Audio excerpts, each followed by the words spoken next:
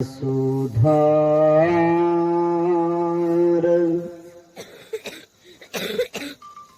मनसा कर्म सुधारले, यही धम्म का सार।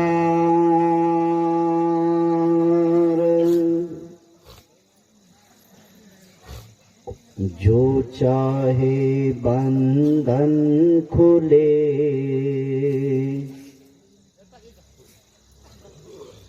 मुक्ति दुख से हो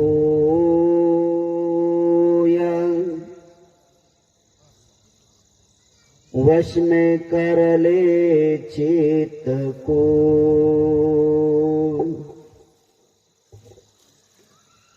चित्त के वश मत हो या चित्त से चित्त का दमन कर।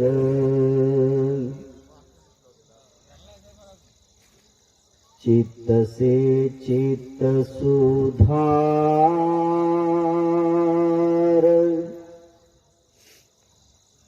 चित्त स्वच्छ कर चित्त से,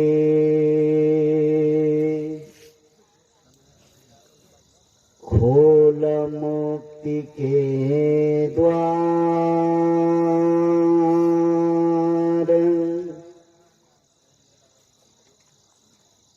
पर सेवा ही पुण्य है,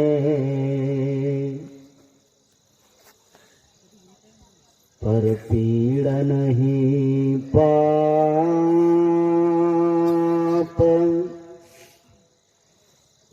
पुण्य किए सुख ही मिले,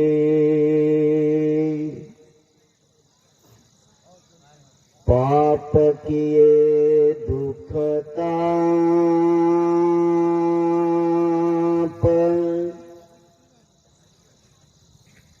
कुशल कर्म करते रहे,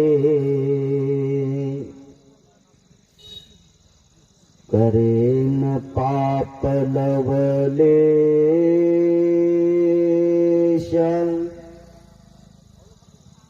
मन निर्मल करते रहे, बुद्ध धम्म उपदेश।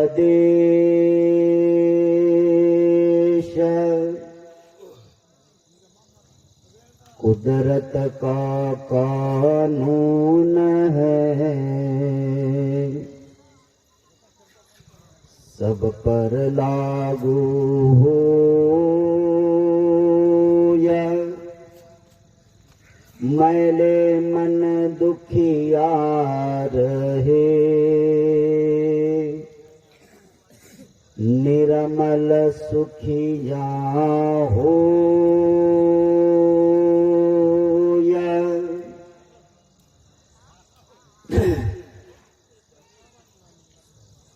मनाच्या संबंधी आपण चर्चा करत आहोत।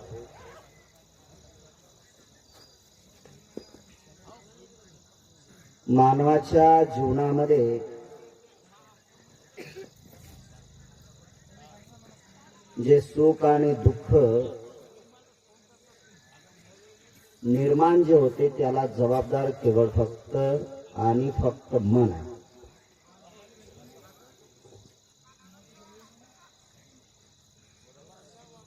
भगवान अनंत सम्यक संबुद्धाने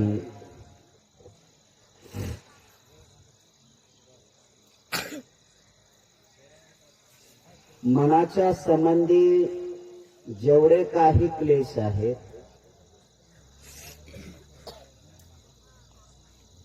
जेवढे काही दुःख आहेत,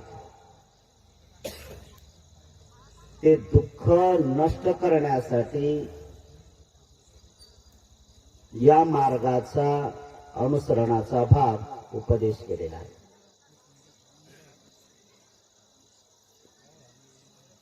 काल आपण पाहिलं की वक्कलीलाही सुद्धा भगवान अनंत सम्यक संबुद्धाने सांगितले की माझी पूजा केवळ फुलं, हार, अगरबत्ती, मेणबत्ती, पाया पडणे याच्या पलीकडचं आहे.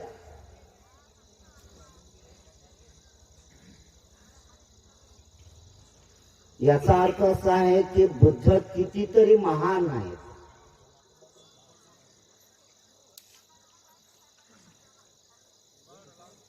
त्यांनी जो ग्रहत्याग केला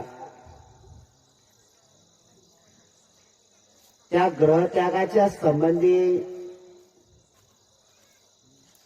जे काही विचारसरणी सुरू केली त्यांनी,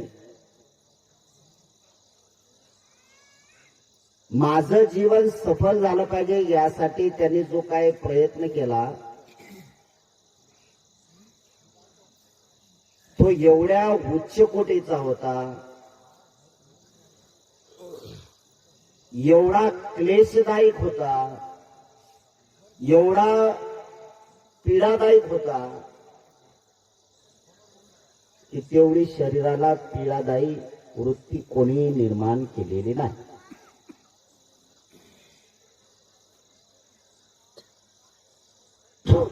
आपण पाहिलं की आता ज्या देवदेवतांची आपण पूजा अर्चा करायला लागलो किंवा देवदेवतांच्या संबंधी हा विचार मानायला लागलो, ही परिस्थिती किंवा हे विचार भगवान अनंत सम्यक संबुद्धाच्या कितीतरी लांब आहे.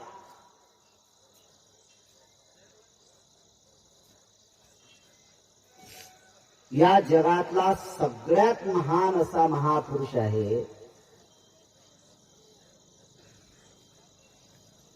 त्या महापुरुषांची उंची त्याच वेळेस मोठी होते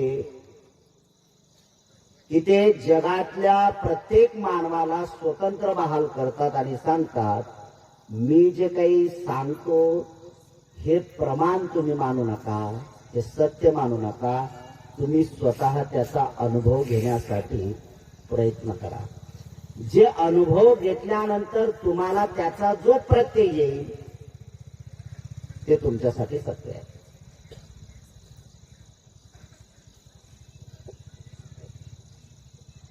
हालाकी असं सत्य नाही आहे की बाबा काही काही लोक सत्याची अनालिसिस करतात की नाही, काय काय लोक म्हणतात नाही सत्य आहे तर सत्य आपण पहिल्यांदा अनुभव घेतला पाहिजे. तर विषयाचाही सुद्धा तुम्ही अनुभव घ्यायला लागलात तर मृत्यूशिवाय तुम्हाला काही येणार नाही. बौद्धिक स्तरावर ह्या सगळ्या गोष्टी आपण जाणू शकतो. ज्या ज्या माणसाला आध्यात्मिक उंची वाढवायची असेल, ज्या ज्या माणसाला आध्यात्मिक क्षेत्रामध्ये पुढे सरकायचं असेल, ज्या ज्या माणसाला जे काही सिद्ध करायचं असेल त्याच्यासाठी भगवान अनंत सम्यक संबुद्धाचा समाधी मार्ग हा श्रेष्ठ मार्ग आहे.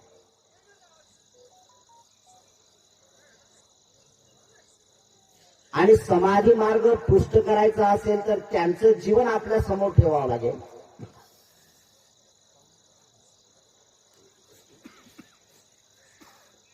बाबासाहेब आंबेडकरांनी बुद्ध आणि त्यांच्या धम्मग्रंथामध्ये ह्या सगळ्या गोष्टी केल्या की प्रवर्जेला कारण काय आहे, दीक्षा का घेतली त्यांनी, घरबार का सोडलं, रोहिणी नदीच्या पाण्याचा जो संघर्ष आहे,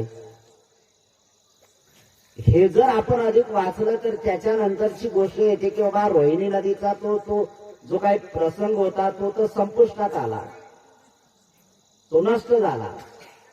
मग त्यांना सुवार्ता लोकांनी सांगितले की ज्या उद्देशासाठी तू घरबार सोडलं तो उद्देश सफल झाला. त्या लोकांनी आंदोलन केले, त्या लोकांनी संघर्ष केला आणि त्या लोकांनी कोलीय लोकांना आणि शाक्य लोकांमधला जो काही पाण्याचा दरीचा भाग होता तो नष्ट केला.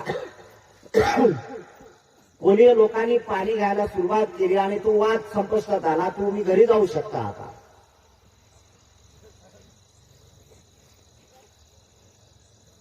सिद्धार्थ बोधिसत्वाने तिथून सुरुवात केली. ही माझ्यासाठी आनंदाची जरी बाब असली तरी मात्र मला सत्यापर्यंत पोहोचलं पाहिजे की नेमके कलह का होतात याच्या अंतिम टोकामार्गे मला जायचं आहे.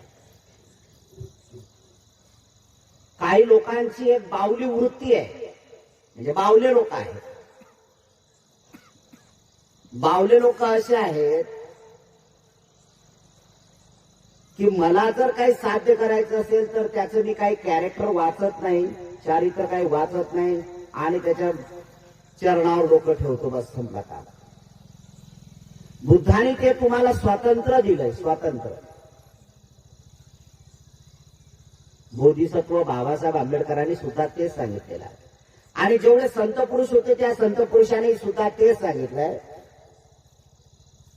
मी वारंवार तुकोबारायाची गोष्ट करतो किंवा तुकोबारायाच्या प्रसंगी बोलतो की तुकाराम महाराजांनी सुद्धा लोकांना ज्याच्या समोर तुम्ही झुकता त्याचं चरित्र वाचायला सुरुवात केली पाहिजे.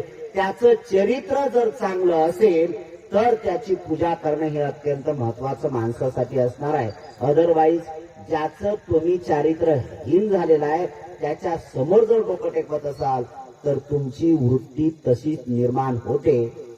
म्हणून माणसाने बदललं पाहिजे. मी कोणा देवदेवतांवर टीका करत नाही, पण एक आहे की आपण असं वाचलं पाहिजे की सिद्धार्थ बोधिसत्वाचं कॅरेक्टर आपण वाचलं पाहिजे. काय कॅरेक्टर वाचलं पाहिजे सिद्धार्थ बोधिसत्वाचं? की सिद्धार्थ बोधिसत्वाने काय केलंय? बुद्धत्व प्राप्त करण्यासाठी सिद्धार्थ बोधिसत्व कसे वागले तर बुद्ध प्राप्त होण्यासाठी सिद्धार्थ बोधिसत्वाची अवस्था मुक्त करण्यासाठी बुद्धत्व प्राप्त करण्यासाठी शीलाचा आधार घेतला. शील महत्वाचा आहे. आणि तुम्ही बौद्ध लोक शीलाच्या संबंधी काही विचारच करत नाहीत रे. शील म्हणजे तुम्हाला काय वाटतं याचं समजतच नाही. 2002 ची गोष्ट आहे. मी 6 डिसेंबरच्या व्यवस्थेमध्ये मीटिंगला चाललो होतो मुंबई मंत्रालयामध्ये. मीटिंग 1:30 वाजताची होती. ते मीटिंग संपून आलो मी. आणि मीटिंग संपून आल्यानंतर एसटीच्या ज्या गाड्या आहेत त्या एसीच्या गाडीत मी बसलो आणि माझ्या बाजूलाच एक परमार नावाचे गुजराती बसले.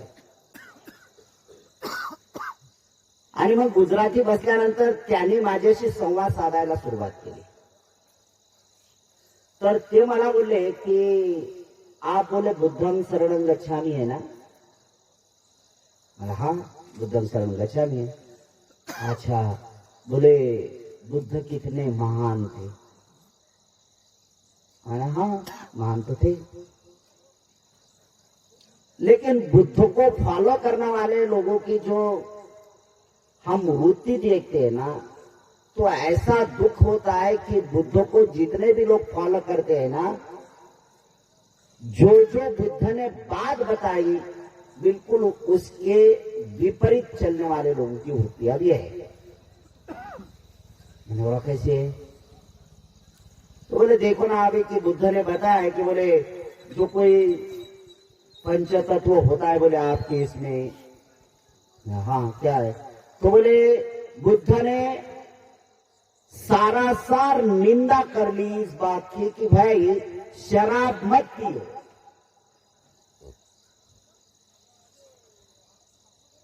शराब बिल्कुल पीना नहीं है. जो भी नशीले पदार्थ है उससे काफी दूर रहो. पर मैं बौद्ध लोगों की जो खुद को बौद्ध समझने वाले लोगों की मैंने वृत्ति देखी है कि फिलहाल मैंने ऐसा देखा है कि एक इंसान, एक आदमी अपने हाथ में बोतल लेके वो बुद्ध मूर्ति के पास गया और खुद पीने लगा और बोल दिया कि तूने बोल दिया ना कि भाई कि शराब मत पियो, तो मैं खुद शराब पीता हूं क्योंकि मैं तेरा भक्त हूं.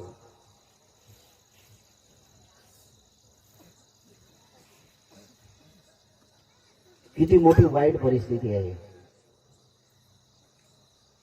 म्हणजे जे जे बुद्धाला फॉलो करतात, जे जे बुद्धाला स्वीकारतात, जे जे बुद्धाला मी बौद्ध आहे असं म्हणतात, की मी बौद्ध संप्रदायातला आहे, की मी बौद्ध माणूस आहे, काय काय लोक त्याला अधिक म्हणतात की मी जयभीमवाला आहे, असं ज्या वेळेस म्हणतात त्यावेळेस त्या लोकांनी स्वतःच्या काळेकडे बघणं सोडून दिलेलं आहे.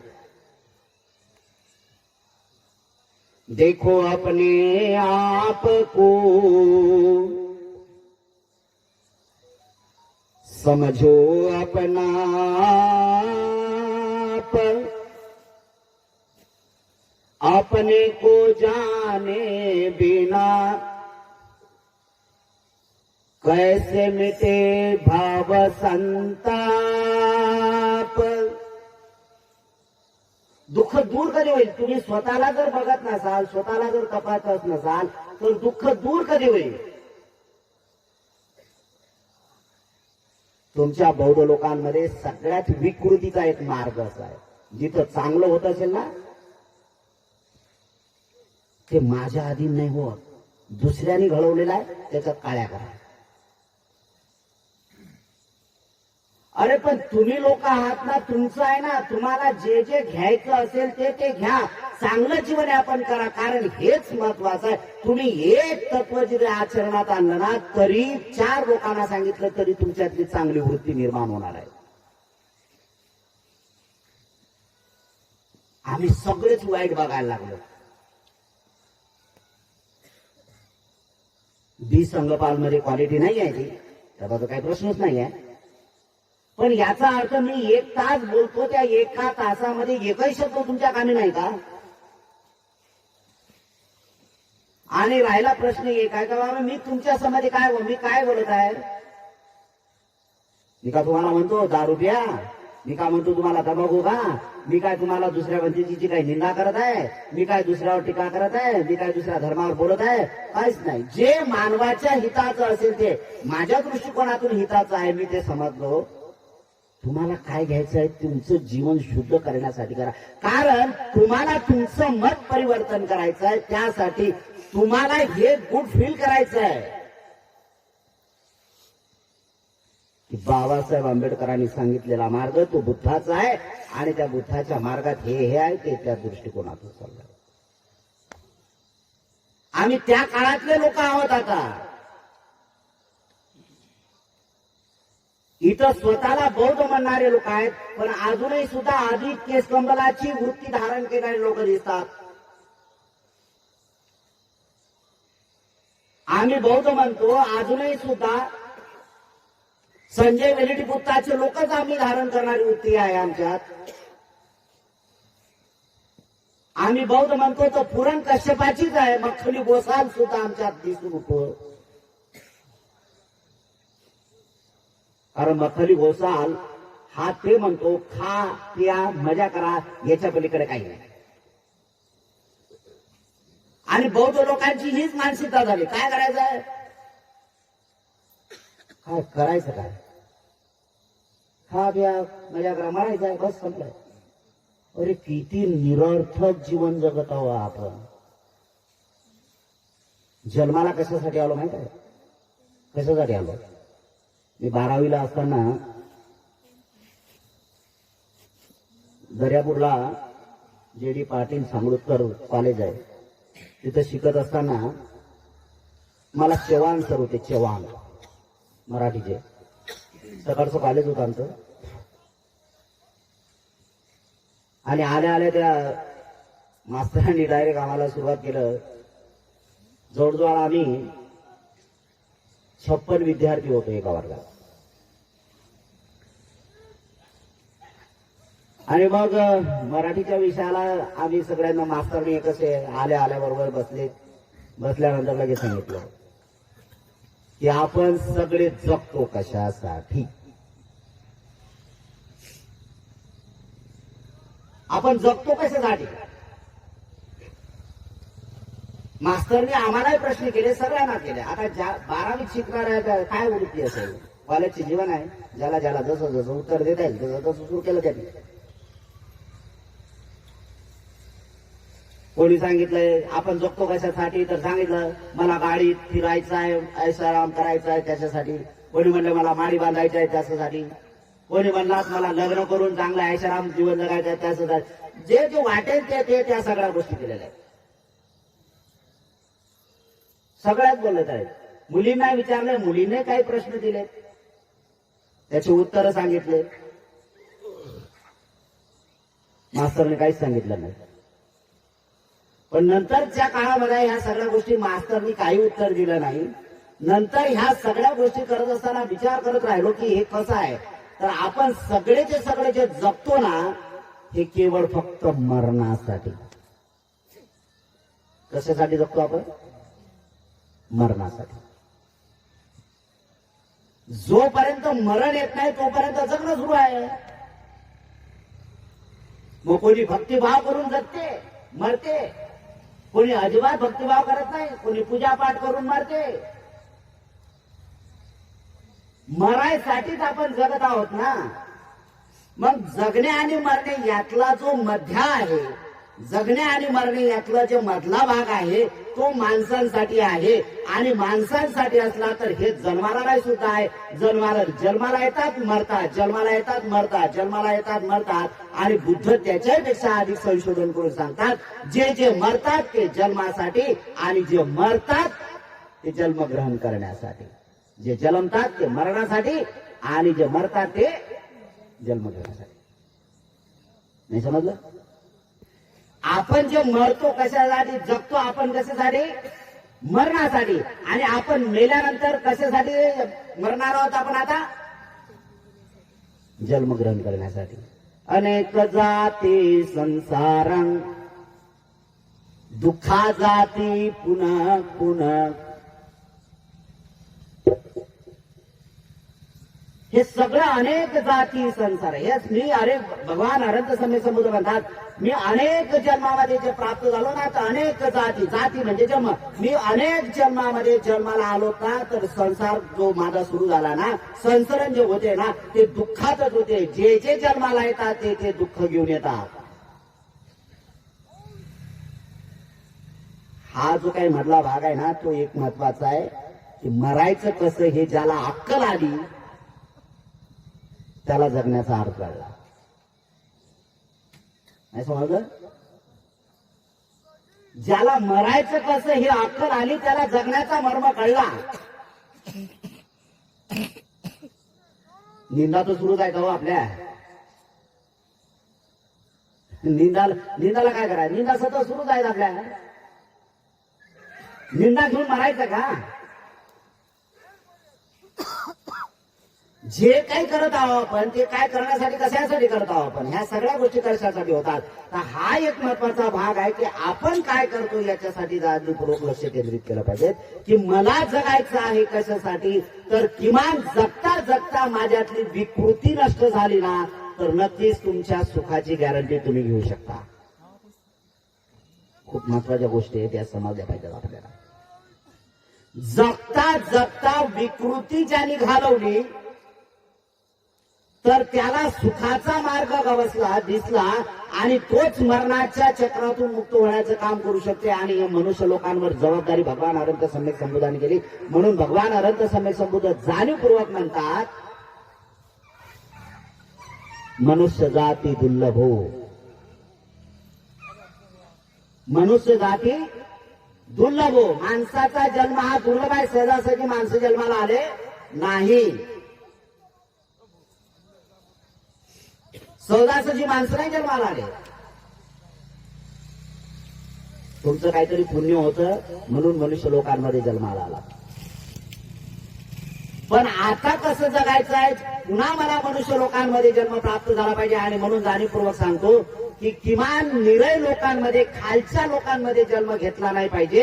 यासाठी तुम्ही वर्तमान काळातलं जीवन, मनुष्याचं जीवन सुखकर जगण्यासाठी शील आचरणाने युक्त असं जीवन जगा की तुमच्या जगण्याला अर्थ शिल्लक राहील. करावं लागेल तुम्हाला, तरच जीवनात अर्थ आहे ना. आलो कशासाठी? कबीराने तेच म्हटलं ना, आया था किस काम सोया चादर काम. थंडीचे दिवस आहेत ना. आला कशाला रे? अंगावर चादर घेऊन झोपायला. या जाग आल्याबरोबर तुला जे काय करायचं आहे तर हा मार्ग आहे. म्हणून त्या लोकांनी जे जे कर्म केलेलं आहे त्या लोकांच्या कर्मातला एक महत्वाचा भाग जो आहे तो आपण समजून घेतला पाहिजे की त्या लोकांनी तेवढंच ज्ञान प्राप्त केलं. सिद्धार्थ बोधिसत्वांच्या जवळ हा महत्वाचा भाग इथं संपष्ट झाला असं होत नाही. इथून खऱ्या अर्थाने त्यांची सुरुवात झाली. लोक दुःखी का होतात या दुःखाचं कारण शोधण्यासाठी त्यांनी जो प्रयत्न केला त्या महापुरुषांच्या पुण्याने आपण जे जन्म मरणाच्या दुःखातून मुक्त होण्याचं काम करतो. अरे किती महान, किती उपकार आहे त्या भगवान अनंत सम्यक संबुधाचे, किती उपकार आहे त्या बोधिसत्व सिद्धार्थाचे की त्यांनी माझ्यासाठी केवळ गृहत्याग केला. त्याने केवळ फक्त सिद्धार्थ गौतमाने ज्या काही पत्नीचा त्याग केला, जे काही ऐश्वर्याचा त्याग केलेला आहे केवळ फक्त माझ्यासाठी, हे ज्यावेळेस कळेल ना त्यावेळी सिद्धार्थ बोधिसत्व नाही भगवान अनंत सम्यक संबुधाला वंदन करण्याची कॅपॅसिटी आपल्यात आली. ती खऱ्या अर्थाने नम्रता आपल्यात येते. ते आपलं तर गोंबल सुरू आहे. तर एवढंच आहे, मी लय चांगला आहे, मला लय चांगलं आहे ते. अरे राजा होत नाही रे याने. वारंवार बुद्धांनी सांगितलं याने काही होत नाही. प्रॅक्टिकल तुला अनुभव काय झाला. एवढा महान पुरुष होते. नाही तर मग हीच गत इतरांमध्ये जे झालेली आहे त्याने सांगितलं ना, इतरांमध्ये जी गत आहे किंवा इतरांनी जे सांगितलेलं आहे त्यात मध्ये सांगितलं ना, काय काय मी एवढ्या वल्गना केलेल्या आहेत की या झाडाचं पान माझ्या मर्जीशिवाय हालत नाही. एवढी वल्गना केली. मग हा एक महत्वाचा प्रश्न उपस्थित होते, तुझ्या मर्जीशिवाय जर झाडाचं पान हालत नाही राजा, तर तुला जन्माला घालण्यासाठी तुझ्या मायबापाची मर्जी होती ना रे. किती सरळ गोष्टी आहे त्या. जर तुझ्या मायबापाचीच मर्जी झाली नसेल तर तू जन्माला थोडी आला असता. आणि तू आता वल्गना करतो की मी माझ्या मर्जीशिवाय झाडाचं पान हालत नाही. कसं काय शक्य असू शकतं. बुद्धाने या वल्गना फुकट वल्गना नाही केल्या. बुद्ध तर जाणीवपूर्वक म्हणतात हा जो काही प्रत्ययाचा भाग येतो, हे जे काही निर्माण होते ना, या निर्माण करण्याचा महत्वाचा भाग जे काय होते याने होते तर त्याने हा प्रत्यय. जसं की प्रतीचे समुत्पादातल्या कार्या जर भगवान अनंत सम्यक संबुधाने जाणीवपूर्वक 4थ्या आठवड्यामध्ये केलाय. अविद्या पच्चायो संखारा, संखार पच्चाय विज्ञान, विज्ञान पच्चाया नामरूप, नामरूप पच्चाया षडायतनं, षडायतनं पच्चाया फसो, फसो पच्चाया वेदना, वेदना पच्चाया तन्ना, तन्ना पच्चाया उपादान, उपादान पच्चाया भव, भव पच्चाया जाती, जाती पच्चाया जरा मरण शोक परिदेव दुःख दो मनुष्य उपाया संभवन्ति. एवमेतस्य केवलस्य दुःख खंडस्य समुदय होती ती. दुःखाच्या कारणाची सुरुवात केली त्याने, तिथून जाणायला सुरुवात केली की नाही हे तर कारण काय. मनुष्य लोकांच्या दुःखाची विवंचना मुक्त व्हावी यासाठी स्वतःच्या पायावर लोकांचं डोकं ठेवून घेतो ना, त्याच्यासारखा या जगात कोणीही मूर्ख असू शकत नाही. की जो केला बाबा तिथं पाया पडायचा आहे, ठीक आहे, काय करणार. काल्पनिक गोष्टीच्या, म्हणून म्हटलंय काल्पनिक गोष्टीच्या पलीकडे आपण झालं पाहिजे. आणि हे काल्पनिक गोष्टीतून मुक्त करणारे कोण आहेत, वर्तमान काळामध्ये काल्पनिक गोष्टीतून दूर ठेवणारे कोण असेल तर ते बोधिसत्व आहेत की त्यांचे अनंत उपकार आहेत मनुष्य लोक जातीवर आणि विशेषतः भारतीय लोकांवर. तो कोण्याही समूहाचा असेल मला त्याचं घेणं नाही आहे. ज्यावेळी ज्याला बाबासाहेब करतात ना, आणि ज्याला बाबासाहेब कडून तो स्वतः जे बी म्हणतो ना, त्याच्यात लय रस आहे. तुम्ही जे बी म्हणणारे लोक, तुमच्या जे भीमात काहीच दम राहिलेला नाही.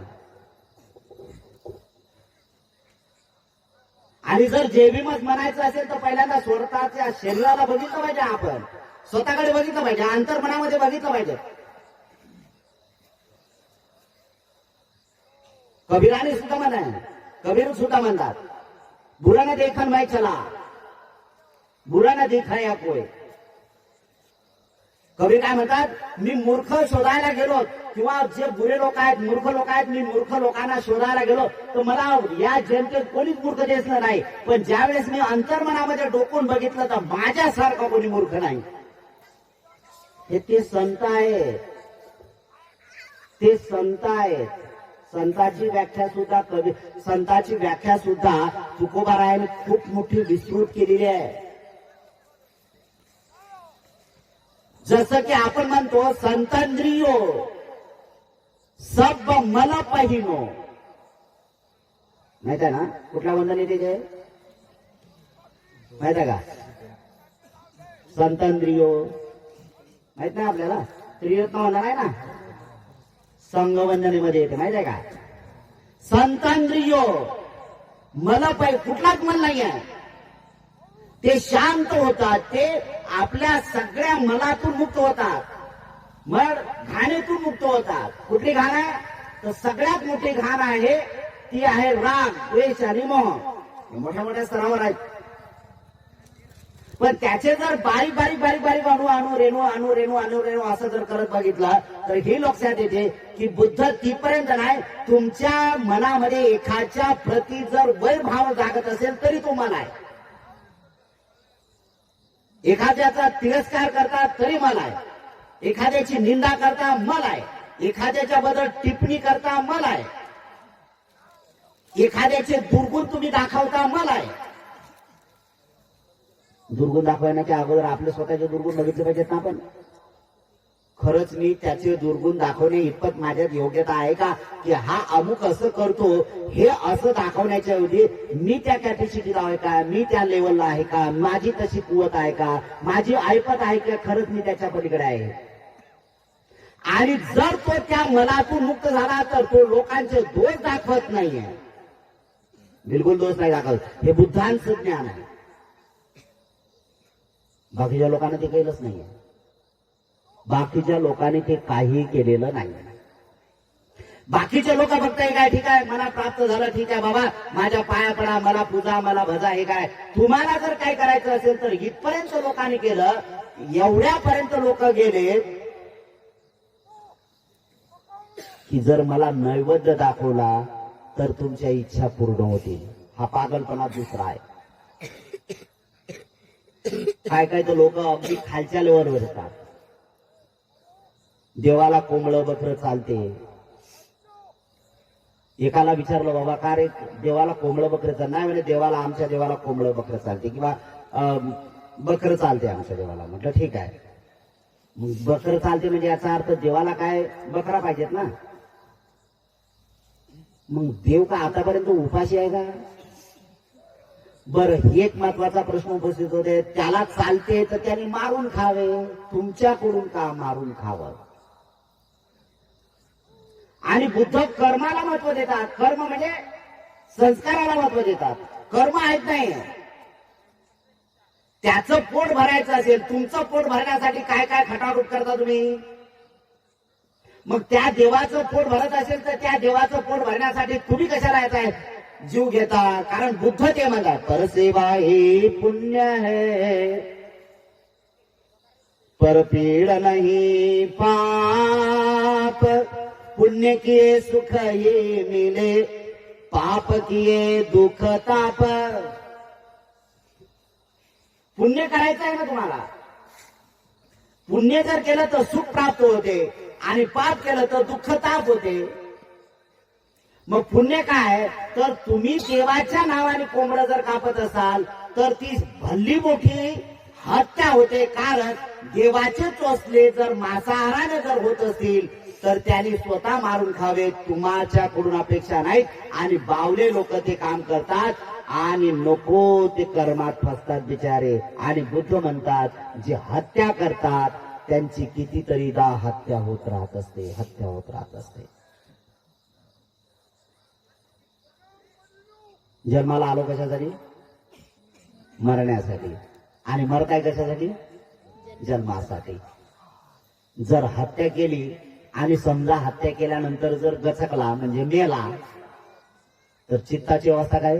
जैसी चित्त की चेतना फल वैसाही होय, दुर्मन का फल दुःखदही, सुखद सुमन का होय. तुमची चित्ता जी आहे एक महत्वाचं आहे सगळ्यात, की कारण हिथं जे काय कर्म कराल तुम्ही या ब्रह्मांडामध्ये जे काही कर्म करत असाल हे सगळेचे सगळे संचित झालेले आहेत. मग तुम्ही खोटे बोलत असाल तरी वातावरण तिथलं तसंच बनलेलं आहे. या ब्रह्मांडामधून म्हणजे थोडक्यात आपण म्हणू की हा गोल डब्बा आहे. ही पोकळी जी आहे ना, ही पोकळी गोल डबा आहे. याच्यात वाईट आहे आणि चांगलं आहे, दोनच भाषेमध्ये मांडायचं आपल्याला. वाईट आहे आणि चांगलं आहे. आणि ज्या ज्या वेळेस वाईट होईल त्या वेळेस वाईटात जाईल, ज्या ज्या वेळेस चांगलं करेल त्या वेळेस चांगलं होईल. सगळं सगळं संचय होईल. आणि मग ज्याचं जास्त मोठं प्रमाण होईल ते भरून येणार आहे. एक उदाहरण द्या. पूर्वीचे लोक आहेत ना, जो 15-20 वर्षाच्या अगोदरचे लोक स्टँडिस्टर घेऊन जायचे, रेडिओ लावायचे ना, दुपारी 12 वाजता कार्यक्रम ऐकायचे. दुपारी 12 वाजता कुठला कार्यक्रम असायचा माहित आहे? विविध भारती. आणि विविध भारतीमध्ये काय कार्यक्रम चालवत होते? गाणे चालवत होते. गाणे कुठले चालवत होते? मनसोक्त गाणे चालवत होते. आणि मग ज्या लोकांना त्या गाण्यामध्ये इंटरेस्ट आहे, ज्या लोकांना त्या गाण्यामध्ये रस आहे, ते लोक बरोबर 12 वाजता त्या बँडवर ते सुई आणून ठेवायचे, लाल सुई, त्याला बँड लावायचा आणि मग ते ट्यून अप करायचं. आता ते प्रक्षेपण कुठून होत होता? दिल्लीवरून. तुमच्या इथून दिल्ली किती किलोमीटर आहे? 1,500 किलोमीटर. आणि मग त्या 1,500 किलोमीटरच्या लहरी तुमच्या दिवाणमध्ये येतात. लावलं की त्या बँडवर लावलं ना, त्या आकड्यावर लावलं ना, तिथं ट्यून अप केलं ना तुम्ही ते, आणि ते जसंच्या तसं तुम्हाला इथं ऐकायला आलं. कसं काय आलं? लहरीच्या माध्यमातून आलं ना. लहरी आहेत तरी अशा तुमच्या वाईट लहरी इथं संचित झाल्या असतील का नाही? झाल्या का नाही? बरं, लहरी वाईट राहू द्या. वाईटचं तुम्हाला ते अवखळल्यासारखं ते वाईट कसं सांगा बरं. इथं पुण्याचा संचय तुमच्या लहरी निर्माण झाल्या असेल का? तुम्ही जे काय पुण्य केलं ते झालं असेल का नाही? समजा जर एखाद्याला या पुण्यामधला संचय जर त्याला ट्यूनअप करायचा असेल तर या बँडवर लावेल ना तो, आणि ते पुण्य तो खिचून गेला, ऐकेल, मन मुराद त्याचा आनंद केला.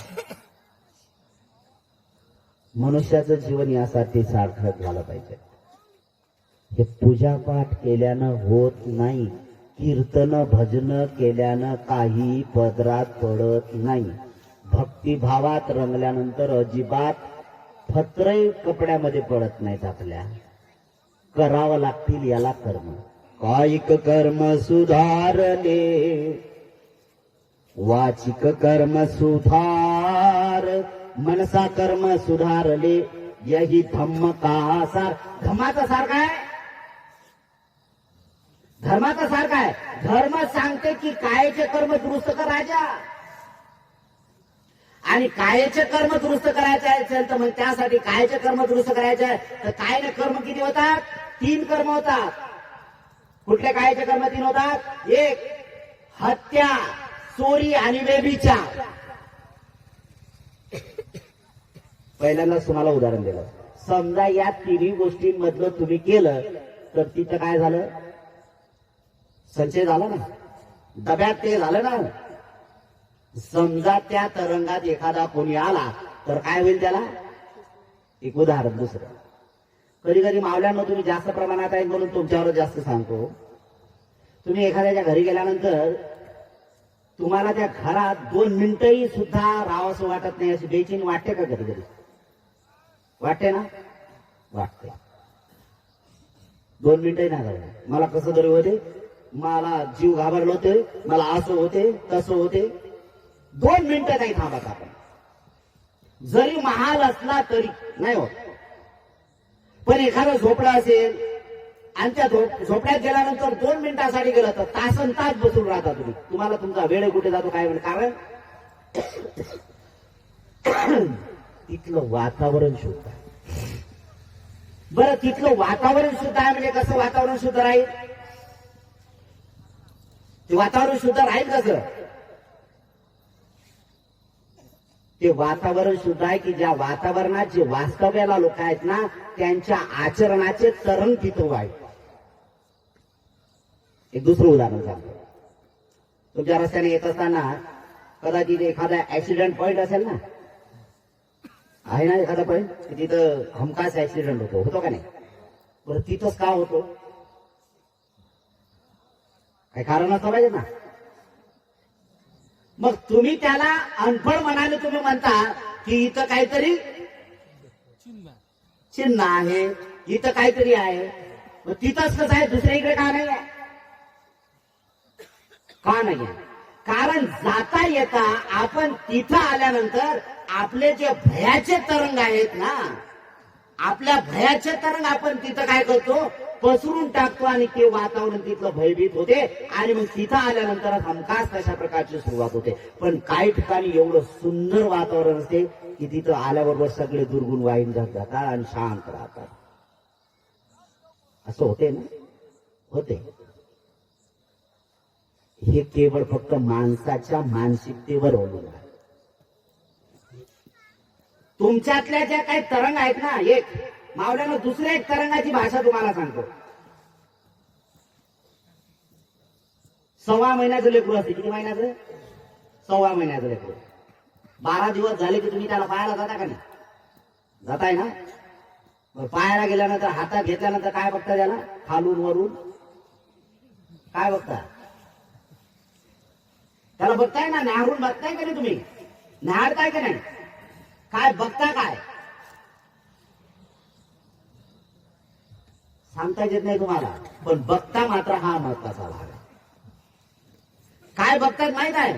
तर त्याला खालून वरून बघत असताना त्याच्या पायाच्या बोटापासून नखापासून ते वरच्या डोक्यापर्यंत आणि मग आपापलं मत प्रदर्शित करून टाकता. काय नाही व नाक त्याच्या आईवर गेलं, अरे त्याची झेरॉक्स आहे ना ती.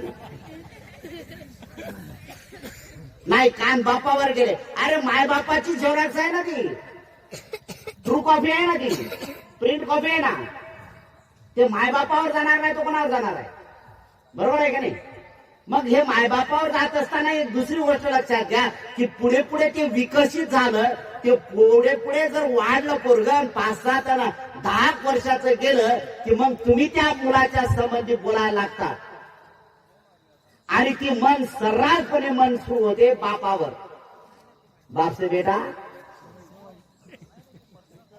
बाप जर बीड देत असेल तर लेकरू मुलगा काय करते? सवाई म्हटल्यावर बाटल्या फोडणार तो, विशेष नाही, कारण बापा नाही. किती महत्वाचे गुण आहेत माहिती आहे? हे सगळं महत्वाचं आहे. नाही तुम्ही काय करता याचा विचार केला पाहिजे. यासाठीच बुद्धांनी संशोधन केलेलं नाही. तुम्ही कोण्या देवाला मानता याच्याशी संबंधित नाही आहे. तुम्ही कोण्या देवाची भक्ती करता याच्याशी बिलकुल भाव नाही आहे. तुम्ही काय करता याला महत्व आहे. कायिक कर्म सुधारले, वाचिक कर्म सुधार, मनसा कर्म सुधारले, यही धम्म का सार. धम्माचा सारच आहे की तुमचा भाव बदलला पाहिजे, मनाचे तरंग बदलले पाहिजे. म्हणून एक महत्वाचं आहे की आज परिस्थिती आपल्या समोर येते. आज तरुण पोरांमध्ये 2 विकृती गुण दिसत आहेत. सगळ्यात मोठे 2 पुरांमध्ये विकृती गुण दिसतात. काय? नंबर 1 टू व्हीलर पाहिजेत आणि नंबर 2 गुटखा खाऊन अख्ख्या गावात चक्रा मारते. आहे का नाही? आणि वरून म्हणायचं जे भीमालाचं लेकरू, त्याच्या गाडीवर बाबा भीमाचा कायदा, खात राय करत राय तोंड खराब. काय कोण सांगावे? बोलायचं कोणाला बोलायचं? ही नैतिक जबाबदारी तुमची नाही का की बाबासाहेब आंबेडकरांची तुम्ही विटंबना करता? याच्याकडे तुम्ही काही बघायचं नाही. दुसऱ्यांनी जर काही पोस्ट केली किंवा बाबासाहेबांच्या बद्दल अपशब्द जर काही पोस्ट केला किंवा व्हॉट्सअपवर किंवा फेसबुकवर किंवा काय केलं, अरे एवढी तुम्हाला झोमते रे. पण तुम्ही ज्या बोधिसत्वाने सांगितलेल्या त्याच्या नियमाच्या विरुद्ध चालता त्यावेळेस तुम्हाला काहीच वाटत नाही रे, काहीच नाही. लय मजबूत भीमाचा किल्ला. बर, अरे खंडार करून टाकला ना राजा तू. भीमाचा किल्ला खंडार काय केला म्हणून बोधिसत्व बाबासाहेब आंबेडकरांचे 1948 शब्द, सॉरी 24 मधले, 1924 मध्ये बाबासाहेब आंबेडकर मध्ये 48, 24 सप्टेंबर 1948 मध्ये बाबासाहेब जाणीवपूर्वक म्हणतात, तरुणांनो आपली शक्ती, वेळ आणि पैसा दडवू नका. आणि हे सगळेचे सगळे आमच्या बौद्ध लोकांच्या तरुणांमध्ये गुण जास्त दिसतात. अरे बापातच नाही आलं तर लेखात येईल कुठून.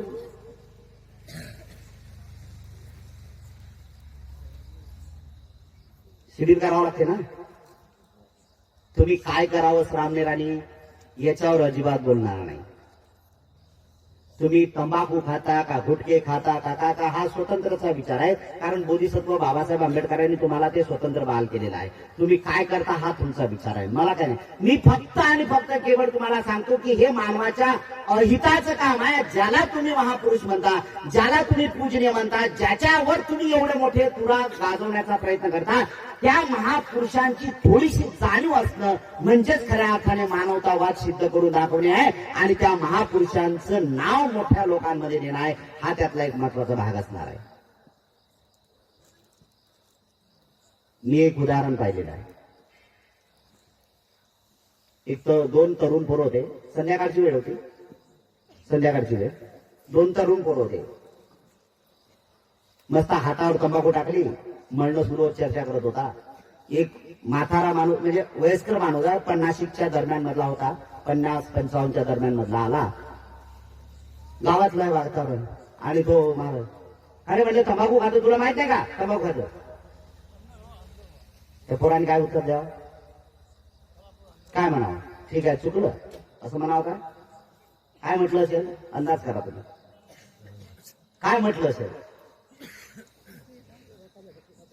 त्याने फक्त एवढंच म्हटलं, शहाणपणा शिकू नको, संध्याकाळी तर गटारीत पडतो आणि आम्हाला शहाणपणा शिकवतो तू. मान सन्मान कोणाचा ठेवायचा.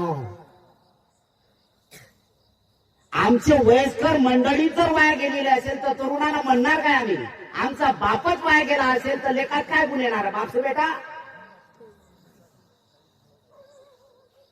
याच्यासाठी ऐकावं लागते, याच्यासाठी ऐकावं लागते. ऐकणे महत्वाचं आहे. जर ऐकत नसाल ना तर काहीच बनू शकत नाही तुम्ही, तेही तेवढंच महत्वाचं आहे. ऐकता ऐकता हे पण वृत्ती ठेवली पाहिजे की मला यातलं चांगलं काय घेतलं गेलं पाहिजे. हे ज्याला कळते तो खऱ्या अर्थाने मनुष्य, शुद्ध मनुष्य होण्याच्या तयारीत आहे. आमची अशी वृत्ती असणार आहे. म्हणून हे जे तरंगाच्या भाषा जे येतात ना, हे तेवढ्यापासून येतात. जसं की 1.25 महिन्याचं लेकरू आहे, तुम्ही बघायला जाता, त्याला सगळं करता. आणि जर समजा कळेवर त्याला घेतलं आणि त्यांनी कळेवर घेतल्यानंतर त्यांनी सुसू केली,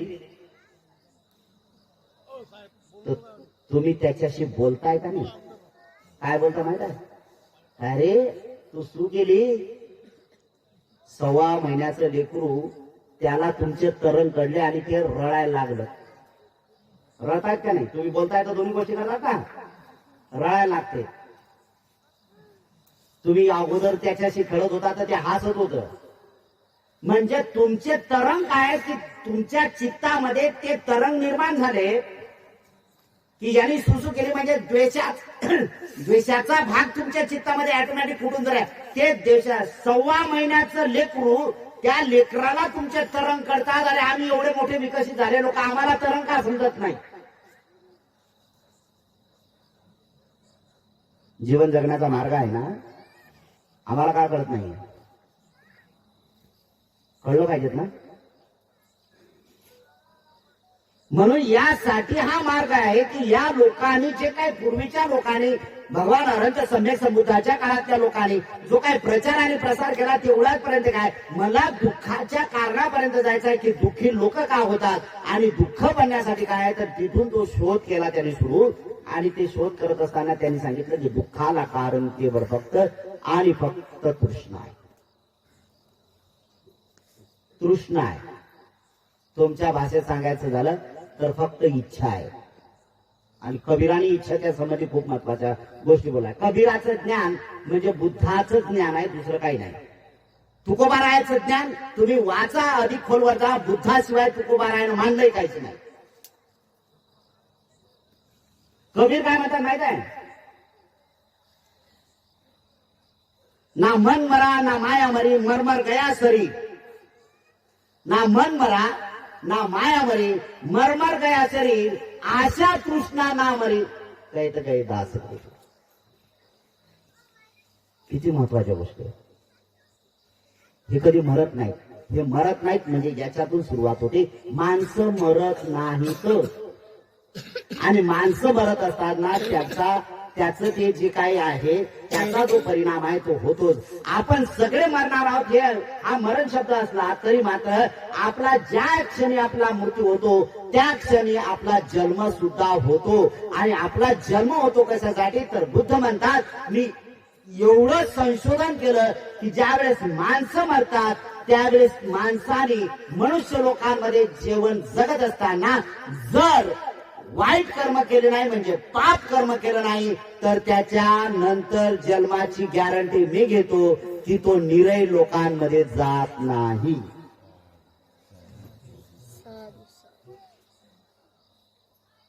हे जे प्राणी दिसतात ना आपल्याला सगळे, गाई म्हशी कुत्रे वित्रे हे सगळे दिसतात ना, तर अधिक खोलवर तुम्ही गेल्यानंतर हे लक्षात येते की हे कशाचं होतं काय की हेही कुठल्या तरी काळात माणसं होते पण त्यांनी अशा जनावराचे कर्म केले होते की त्यांना तिथं जावं लागते. टुनक काय केलं त्यांनी काय बँड लावला तो.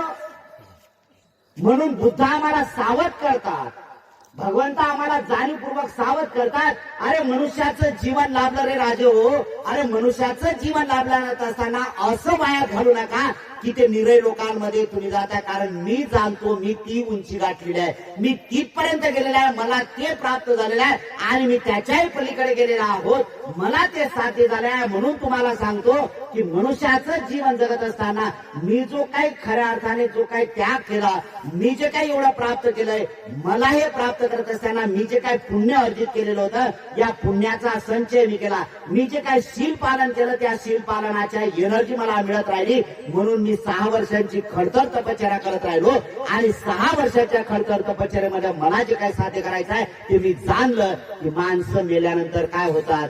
ज्या माणसाने अशी विकृती तयार केली असेल, जे माणसं निंदाखोर होतात, जे माणसं चुगलीखोर होतात, जे माणसं भांडखोर होतात, जे माणसं हत्यारे होतात, जे माणसं चोरी करणारे होतात, जे माणसं व्यभिचार करणारे असतात, जे माणसं दारू पिणारे नशापान करणारे असतात, ते सगळेचे सगळे निरय लोकांमध्ये जातात. आणि वरून म्हणता आम्ही बुद्धांशी आहोत, आम्ही बौद्ध लोक आहोत. वरून म्हणता की बाबासाहेबांचे आम्ही जय भीम आले आहोत. हे कोण सांगायला पाहिजे तुम्हाला? कोण सांगायला पाहिजे? कोण सांगणारे लोक आहेत, ऐकणार कोण आहे? अरे तुम्ही बाबासाहेबांचं ऐकलं नाही तर आमचं काय ऐकणार आहे? एवढंच म्हणणार आहे हा गेला अण्णा इथं कोणी आणला हा तर मोठा सांगायला गेला हा. आम्ही त्यांचं नाही ऐकलं की ज्यांना आम्हाला, आम्ही फक्त केवळ आणि केवळ चर्चा करणारे लोक आहेत. घेतो तो श्वास आणि खातो तो घास, केवळ फक्त बाबासाहेब आंबेडकर तुमचा आहे असं म्हणतो फक्त. वस्तुस्थिती आम्ही जीवन तसं जगत नाही. आणि याचं मोठं शल्य आहे, याचं खूप मोठं दुःख आहे. हे केवळ गाण्याच्या स्वरूपामध्ये आपण बोलतो, घेतो बाबासाहेब तो घास घेतो, तो श्वास घेतो, काय काय तर पलीकडे आहेत. भाकरीवर से अरे या सह्याचं बंद करायला आता. त्याची सही आहे ना, एक सही आहे तुमच्यासाठीच. काय भाकरीवर सही काय? अरे सगळ्या याच्यावर भारताचा सम्राट अशोकांचा जो जम्बूद्वीप आहे, सम्राट अशोकाचा जो काळ आहे, सम्राट अशोकांचं जे इथं जो 7/12चा उतार आहे, त्या 7/12च्या उताराला बाबासाहेब आंबेडकरांनी अधिक सही केली आणि तो सगळ्यांच्या लोकांवर, भारतीय लोकांवर सुद्धा आणून ठेवलेला आहे. एवढं सामर्थ्य केवळ फक्त बाबासाहेबांमध्ये असू शकते. हे सगळं माहित असल्यानंतर तुम्ही तसं वागत नाही, याचं मात्र दुःख आहे.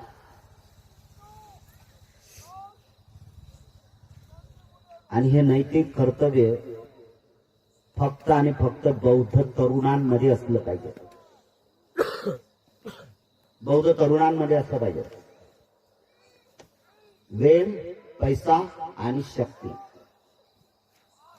ह्या नष्ट करू नका. बौद्ध तरुण आणि वेळ आहे. आता तरुण पोरं म्हणजे फुकट बसलेले आहेत तिकडे. शक्ती वाया घालत चाललाय, वेळ बरबाद चाललाय, काहीच घेणं नाही. आणि टुकार चर्चा सुरू आहे. टुकार काही याचं घेणं नाही. खिदी खिदी दात काढणे सगळ्या गोष्टी आहेत, बस याच्या पलीकडे नाही. आउटपुट काय काय आउटपुट? वेळ बघा, रात्री 12-12, 1-1 वाजेपर्यंत घरी येते. आणि ते बुद्धानं कारण सांगितलेलं आहे. पराभव सूत्रामध्ये या कारणाच्या गोष्टी सांगितलेल्या. टुकार चर्चा सुरू आहे, त्याच्या पलीकडे काय? लय जर झालं तर त्याच्याबरोबर एक आहे की चर्चा बरोबर करत असताना उठतो कधी? रात्री जर 2 वाजता घरी आला तर उठणार कधी? अरे मायबापांनो, तुम्ही जे जन्माला यायच्या अगोदर जे स्वप्न उराशी बांधले होते ना तुम्ही, त्याचा विचार करा. मी हा सगळा जो दोष आहे ना, हा मायबापावर जास्त देतो. तुम्ही सुद्धा आता लहान लहान लेकराला जन्म दिला ना मावल्यानो, तुमचे त्या मुलाच्या समधी काय स्वप्न आहेत माहित आहे? मोठं होईल, अमुक बनेल, कलेक्टर होईल, जे काय होईल, आणि ते झाल्यानंतर मग मला सुखात वाढवेल. ते होतही नाही. ते 14 वर्षाच्या कालखंडामध्ये पाऊल त्यांनी टाकला. किती वर्षाचा? 14 वर्षाचं फोतर झाल्याबरोबर लग्नात दारू प्यायला, नाचायला सुरुवात. तुमचं तिवान गाव यातलं अपवाद असू शकते बरं. आणि तिवान मला माहित आहे, माझे एकदा प्रोग्राम झालेला आहे, त्याच वेळेस ओळखलं की गाव कसं आहे तिवान आहे ना. 14 वर्षाची लेकर आहे. 14 वर्षाचे लेकर तुमचे गुटखा खातात. गुटखा आता मला सांगा, वयाच्या 14व्या वर्षापासून जर त्यांनी गुटखा खायला सुरुवात केली तर आणखीन कंटिन्यू 3 वर्ष खाल्ले तर 14 आणि 3 17 वर्षामध्ये तोंडच वासत नाही त्याचं. बरोबर आहे ना? 3 वर्षात तोंड खल्लास. तिखट अजिबात जात नाही. आथाडे सडत चालले. मोठ्या मुश्किलवर मायबापाला कळते. तुम्ही स्वप्न काय केले माहित आहे? काय बघितले स्वप्न? शिकेल, असं होईल तसं होईल आणि मी सुखात राहील. जे काही पुंजी गोळा केली तुम्ही शिक्षणासाठी, ते सगळी एका झटक्यात दवाखान्यात एकाच दिवसात घेऊन टाकले. डॉक्टरने तुम्हाला डायरेक्ट शरद मारून टाकला. बिलकुल जमत नाही, नो गॅरंटी. आणि तोही बावला डॉक्टर असा असतो की तो म्हणते आपल्या हातात काही नाही, तो वरच्या हातात. मग डॉक्टर झाला कशाला? काय गरज आहे तुला डॉक्टर बनायची? बावलेत लोक आहेत नाही. विज्ञानावर यांचा विश्वास नाही. डॉक्टर झालेत, पैसे भरून झालेत, आणि वरच्यावर भरोसा ठेवतात. आणि मग हे होत असताना 17व्या वर्षात मोठ्या मुश्किलनं 2-3 वर्ष काढले की तुमच्या मायबापाची तुम्ही जबाबदारी झटकून टाकता. एवढं मोठं महापातक करता तुम्ही की त्याचं लग्न लावून देता. आणि मोठ्या मुश्किलनं त्या मुलीशी तो 1-2 वर्षाचा व्यवहार करतो. आणि एखाद्या मुलाला जन्म झाल्यानंतर बरोबर 25च्या आतमध्ये गेल्यानंतर जय रामजी की झालं का? त्या मुलीचं जीवन बर्बाद, त्या मुलाचं जीवन बर्बाद. त्याने बापच पाहिला नाही, जन्माला कसा आला होता कसं आहे नाही. मी हे जिवंतपणाचं उदाहरण सांगतो कारण मी नांदेडला भीमवाडी म्हणून गाव आहे, भीमवाडी जाऊन बघा. 3 वर्षापूर्वी शिबिर घेतली तिथे. भीमवाडी म्हटल्यानंतर ठपका तो कोणाचा आहे? कोण असेल तिथं? टोटल जे भीमवालेच होते. दिवसा 12 वाजता तिथे एखादा कोणी जर एखादा माणूस गेला ना, त्याला लुटत होते. दिवसा 12 वाजता डायरेक्ट लावून सकाळ. त्या रस्त्याने कोणी जात नव्हतं. मी 10 दिवस पूर्ण दिले तिथे. आणि मी तिथलं ऑब्झर्व केलं. वय वर्ष 24 वर्षाच्या मुली विधवा झालेल्या आहेत. 24. त्या मुलीचं वय किती आहे? 24. अशा 24 मुली होत्या. असा तिथला बायोडाटा काढा. 40 तरुण मुली आहेत की त्यांचं नुकतंच 2-3 महिने लग्न झालं आणि मुलगा मेला. अशा 40 तरुण मुली होत्या की तिथलं सगळं शिबिरातला महत्वाचा भाग आहे. मला सांगा, हे बौद्ध समाजातच गाव रे. काय बाबासाहेब कळला तुम्हाला? काय बुद्ध समजले तुम्हाला? कशासाठी करताय या सगळ्या गोष्टी? अरे नका तुम्ही बुद्धाचं गुणगान गाऊ, नका बाबासाहेब आंबेडकरांचं गुणगान गाऊ. माणूस म्हणून जीवन जगायची सुरुवात तर करा.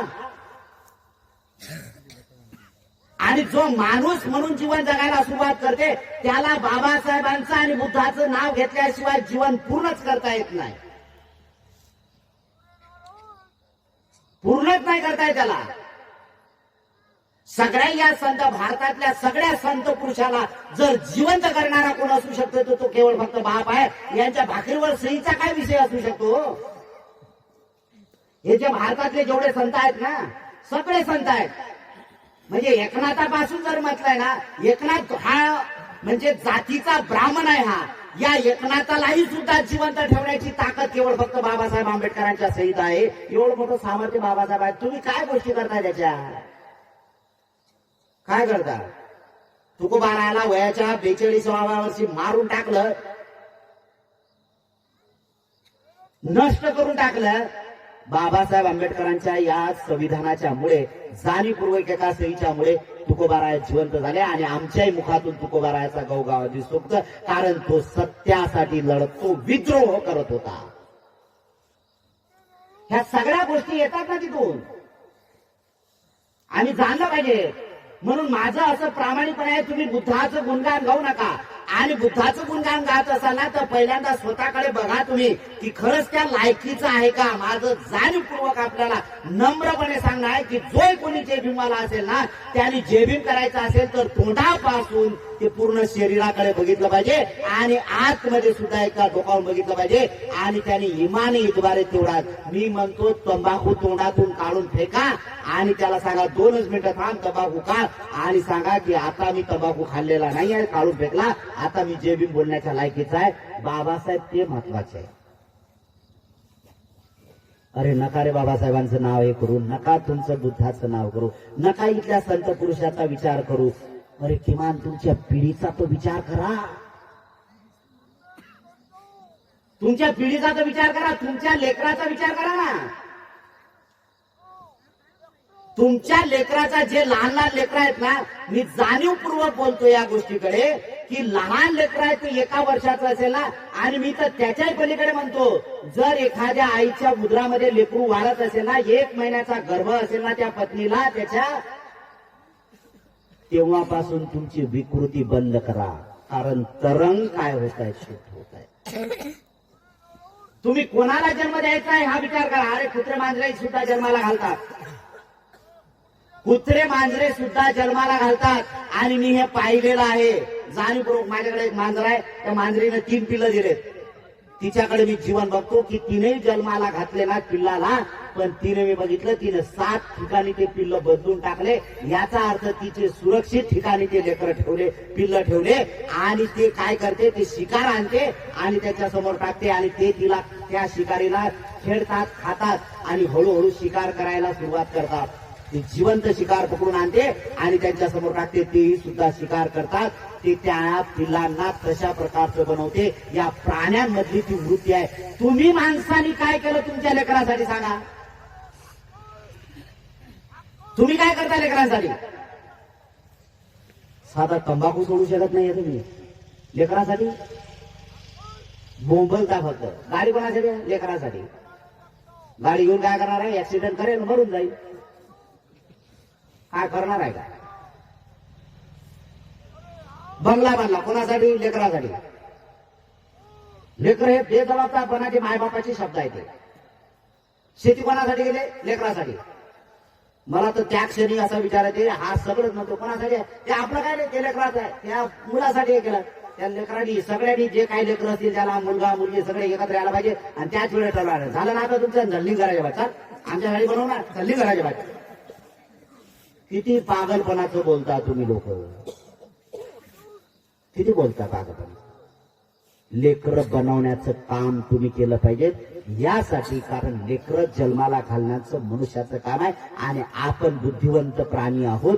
आम्हाला या महापुरुषांच्या विचाराप्रमाणे चालता आलं पाहिजे. त्यासाठी हे विचार करणं गरजेचं आहे. म्हणून आपण स्वतःकडे लक्ष द्या आणि स्वतःकडे लक्ष देत असताना आपल्या संततीकडे लक्ष द्या की ते संतती वायात जाणार नाही. 14 वर्षाचा, कारण तुम्हाला 18व्या वर्षापर्यंत तुम्हाला पाळावं लागेल आणि हे तरंग निर्माण करणं गरजेचं आहे. तुमचे तरंग तुम्हाला निर्माण करायचे आहेत आणि हा विचार तेव्हापासून बुद्धाने दिलेला आहे. यासाठी कुठल्या धर्माचं पालन करता मला त्याच्याशी काही घेणं देणं नाही. माणसं म्हणून जीवन जगा हाच महत्वाचा उपदेश या ठिकाणी करतो. मला ऐकून घेतलं त्याबद्दल तुमच्या प्रती, तुमच्या कुटुंबियाच्या प्रती मंगल कामना करतो. आपल्या सगळ्यांचं खूप मंगल हो, खूप कल्याण हो, खूप सुखी हो, सगळ्यांचं खूप भलं हो, भलं हो, भलं हो.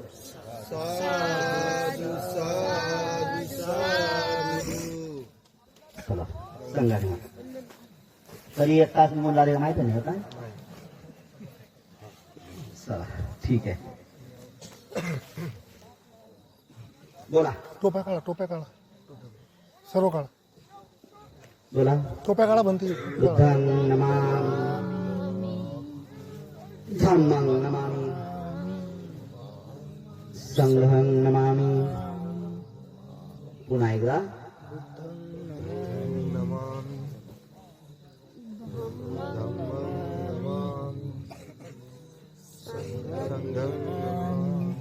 ठीक आहे. उपासक उपासिकेने बसा. बोला. बुद्धं नमामि, धम्मं नमामि, संघं नमामि. पुन्हा एकदा. बुद्धं नमामि, धम्मं नमामि, संघं नमामि. ठीक आहे, धन्यवाद. राहिलेले उर्वरित दिवस जे